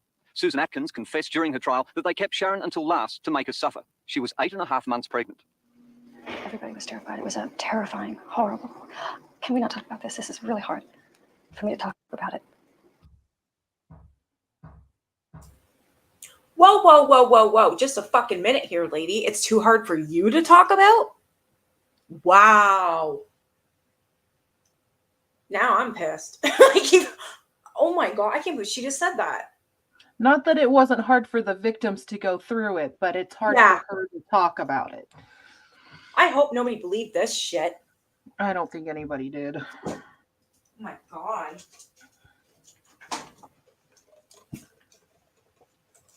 Yeah, exactly. Sharon Tate did not deserve being murdered, and her son or daughter didn't. What does anybody know what she had? I think it was a boy, wasn't it? Or It was a boy. Boy, yeah. Her son didn't deserve to be murdered either. And actually, I have a question. I don't know if you know, but why wasn't she charged with murdering her son as well? I don't know why. I You think don't she know? should have been. Yeah, well, yeah, because if you look at the Chris Watts case, he was charged for that. Maybe they didn't have that law back then. I'm wondering. Like, Yeah, it could be a times thing. nah. All right. Oh, she's pissing me off.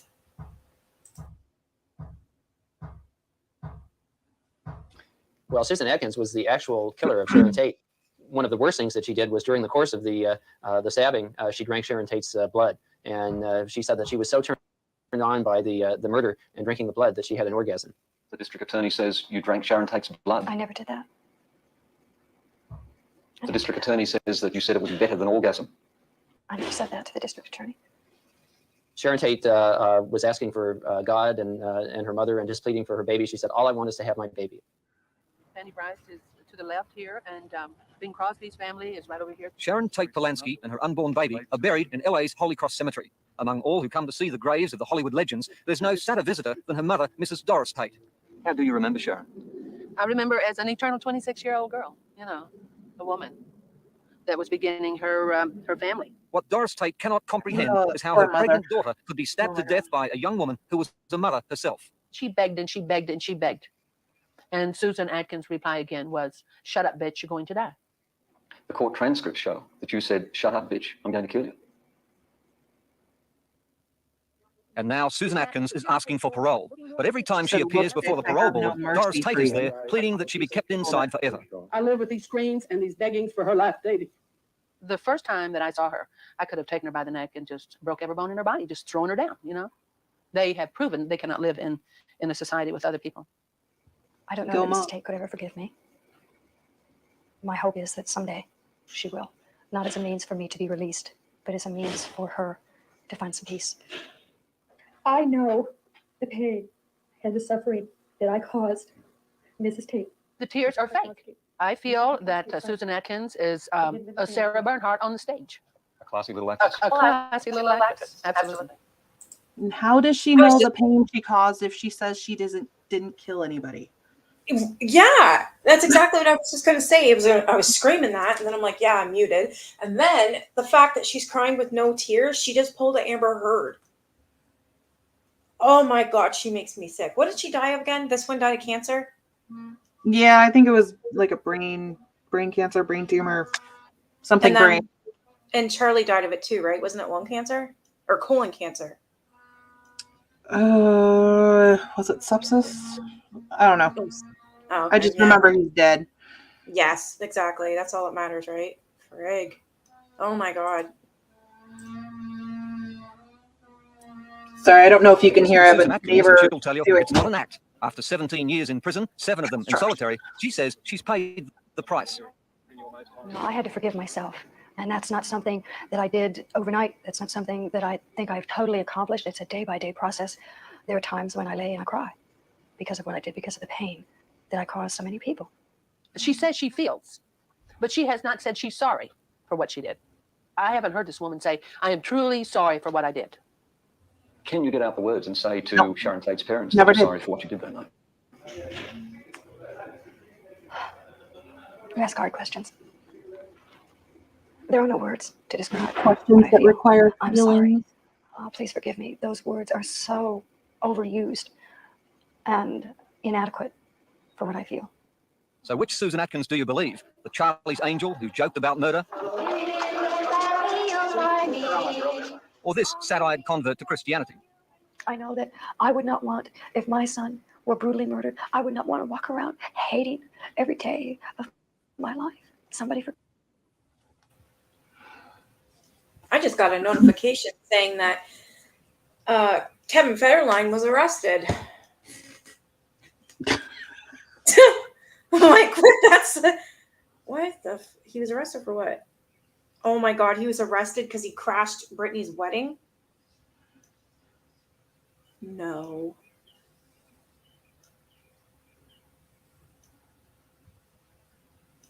Sorry, I mean, oh, it wasn't even Kevin. It was remember the one guy she married for a day? Jason, I think his name was. He was caught fighting somebody, ex-husband to wedding. I don't know. I'm gonna have to watch that later. Oh, peace live. Oh God. I have no idea. But that one guy that she married for like a day, and then she had to annul it because her parents made her. Remember, she got drunk and hung out with her childhood friend. She ended up, yeah, exactly, Nancy. So yeah, she ended up getting married in, I think it was Vegas. They got married. It was childhood friend. They got married. It's just silly stupidness. And then she ended up getting it annulled. Her parents are like, nah, this ain't happening. Yeah. So that guy, it looks like crashed a wedding, someone's wedding. Okay, I'm gonna play this again. killing my child. It may not be hate, Susan. Maybe people can't understand you. The fact that you were involved in those killings. I don't understand myself and the fact that I was involved in those things Could you 16, 17 years ago. But I understand what you're saying, that people cannot understand. They look at me and they see this, they see me as I sit here today. I look in the mirror and I find it difficult to believe that I was ever involved in something like that. You mean they think you're a monster? Yeah, A and devil? I'm not. I'm a human being. I'm a human being that got caught up in drugs. I'm a human being that got caught up into listening to a maniac. And I followed him, and I hurt and destroyed a lot of lives, but I'm still a human being. I still feel. If you cut me, I will bleed. A dagger was attached to his body. This man believes Susan Atkins has already bled enough. Television preacher Father Michael Manning is telling his nationwide audience it's time to set her free. If they let her out, who could possibly take responsibility for it? I'd be willing to. I've known Susan and I've spoken to the parole board that I'd be willing to give her a job. I believe that Susan has changed, and I'm not afraid that of sitting at my desk and all of a sudden her coming with a knife, and that's a thing of the past. It's a shame. It's a shame that a woman like Susan, who has all of these talents and who has all of this need to make reparation, if you will, for what she's done, that she can't. Society won't allow her. Society won't forgive her, and that's a real bother to me. It seems that her victims can't either because she's killing them.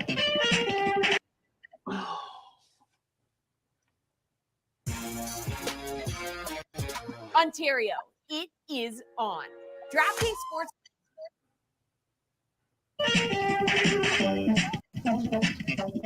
American society thinks it already has enough craziness loose on the streets. It was not pretty. No, it wasn't. I didn't have what you would call an ideal upbringing. I'm the child of 2 alcoholic parents. I'm a victim of incest. My mother died when I was 14. I did not do good in school. I ran away when I was 18 and went to the city. And When she left home, she got into drugs in doses that would send anyone crazy. my brain was fried. I probably had over 350 LSD experiences, separate individual experiences, in less than a year and a half. I smoked marijuana on a daily basis, anywhere from 2 or 3 joints to a lid. Yeah, listen to this blame game, eh? Marijuana is not an excuse for murder. Yeah, exactly. Wow. So apparently, so Brittany's ex-husband of one day, he crashed her fucking wedding today. And I don't really think when you're 18, I wouldn't really call it running away. You're 18. That's Well, just yeah, you're considered leaving. an adult, right? Oh my God, she won't be stepping on a V. That is my favorite part in the whole trial was Amber Heard saying, "If my dog steps on a V." Oh my God. Brittany says she thought that Susan was kicked out of the house. I don't know. She might have been. I don't know her full story, but I do know, if she never would have met Manson, she still would have been in jail. Yeah. She was well on her way committing crimes, and exactly. There you go. Right. and Manson really did know how to pick them. He wasn't a very intelligent guy, but he could read people like a book. I was just going to say, he obviously wasn't, but he's very intelligent when it comes to exactly reading people. He knows, especially the law and how to avoid it, or what is it? Street smart, I guess you would call him. Yeah. And he knew who to pick. Yeah. There's a reason those two, I mean, it's like perfect storm. That's still, I still can't believe when I'm reading the stuff that he has done. Oh my God. Those crimes would be petty crimes. All right, back to it. Along with the drugs came the bearded guru Charles Manson, who could talk her into anything, even murder. Yeah, it's kind of silly. Yeah, I'm getting witches and devils, and one guy come up and said, I heard you said you were Jesus. I said, no, man, I ain't said that. He said, I'm glad. He said, I'm damn glad. I said, why? He said, I know you ain't him. I said, how do you know? He said, because I am. Did he once seem like a god to you? He had, he captured my attention by the power he possessed with his mind to make people feel good about themselves in the beginning. And there was a charisma there. Yeah, there was a charisma there. And I wanted to be a part of that. Do you think he should ever be released? That part I It believe. would be a mistake if he were ever released. You think he is still a threat? Yes. Many Americans obviously worry that if you were released, that you would kill again. I know in my heart I couldn't kill anybody today, tomorrow, next year. I could not do it. It's not in me. Yeah. But could she have killed 17 years ago? What you're about to hear, Susan Atkins has never told her fellow prisoners or the parole board. She now says she lied during her trial because of Charlie Manson's hold on her. Did you or did you not kill Sharon Tate? No, I did not. I thought you told me earlier, though, that why you felt so bad is that you're involved. craving forgiveness for what you did. I was involved. I was there. I participated. It's the same thing as actually taking a life by law. This is Patricia. I don't know. This is Atkins. Is it Atkins? Okay, because Brittany's like, this is a Patricia Krenwinkel interview. I think she's saying there is a Patricia Krenwinkel interview. Oh, gotcha. My bad. I was gonna say, how the hell did I screw that up? It was right on the. No, this is Atkins. Okay. In her glory. Maybe I could have stopped it. I didn't. So the mass murderess now says she didn't murder at all. Manson gave the orders, and the other man in the pack, Charles Tex Watson, did the killings. Why couldn't you speak up during the trial and say, I was there, I was part of it, but I didn't kill? The women in the Manson family, at that point in time, were expected to back the men. And for some reason, I felt it necessary to take blame upon myself. During the trials, though, you laughed at the system, you laughed at the victims. I think that I went along with the program that was laid out. Charlie's program. Yeah. Would you clear up once and for all what your account is? What actually happened? I was instructed to go to the Tate home, and I went into the Tate home, and I saw people brutally murdered, and I was instructed to kill 2 people, and I could not do it. I couldn't do it. The prosecutor, Stephen Kay, was surprised at her news story, but his assessment of Susan Atkins is still the same. I think Susan Bragged Atkins. about it later too. She was happy to do Yeah. it. I was also going to say, isn't there also like evidence that she did do this? Like Yes. physical evidence? Okay, I was going to say, like, wow. Piece of shit.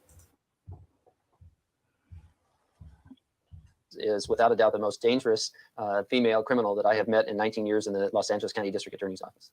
And the changes in Atkins' story have made no impression on Doris Tate. The bottom line was they killed her.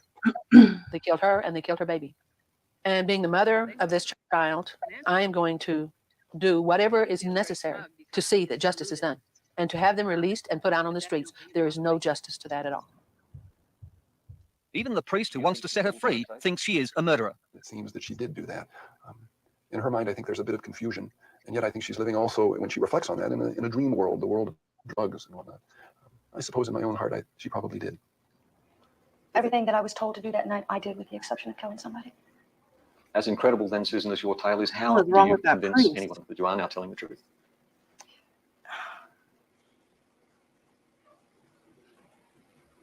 I don't know that it's important for me to convince anybody. I know that I live with the truth daily. Whether I killed somebody or I didn't kill somebody, I was there while 8 people died needlessly, and I didn't do anything to stop it. That's what I live with, is that I didn't do anything to stop it. She enjoyed it. Hello, I'm Liz Hayes. Thanks for watching. Bye, Liz Hayes. So when you're going to say that you're almost brought to orgasm over killing somebody, that's the same thing that that Carly did too. Carly Ray or whatever. She ended up killing a guy and a woman that were in a bed with a sledgehammer and said that she had an orgasm doing it. Carla Faye Tucker. That's it. Yeah, that's what she reminds me of. And then she found God while she was in prison, and she was sent to the death chair. I don't know if it was electric chair or needle. I can't remember, but she was sentenced to death. They all find God. Yeah, exactly. Well, what else is there to do in prison, right? Might as well. No, I don't believe it. Wow. Denying that she did that. Yeah, there's something definitely wrong with that priest then. Wow.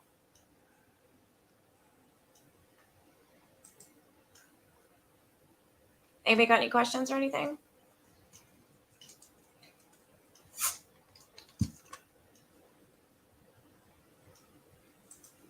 I find that hard to believe that she didn't follow orders. She even said Manson had power over them. Yeah, and she states that in this interview, right?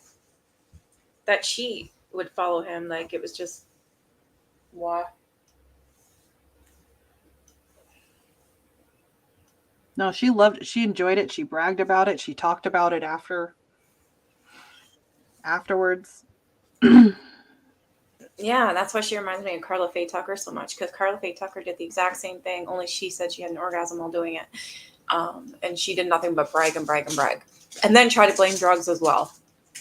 And that, and that's one of the reasons why she was offered immunity at first when they were still trying to figure out who was involved, is she was the first one to brag. She was the first one to talk and give the answers. And it's usually whoever kind of talks first gets the better offer. Well, yeah, because she blabbed it while she was in prison to Ronnie. Yeah.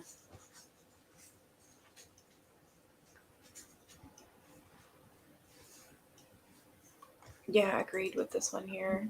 Any living victims and or relatives are not responsible for the actions of Charles Manson or people who committed these crimes. It is not your fault. That's awesome. If nobody has any questions, or if you don't want to elaborate on anything, Artsy, I'm just going to end it. I'm almost at 2 hours. No, I think we're good.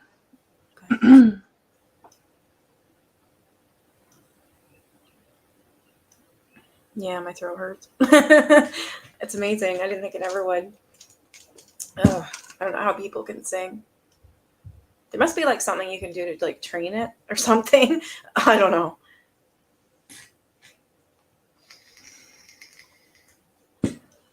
All right. Well, I hope you guys have a really good night then. I'm going to go off here and go see what the hell happened to Britney Spears' wedding.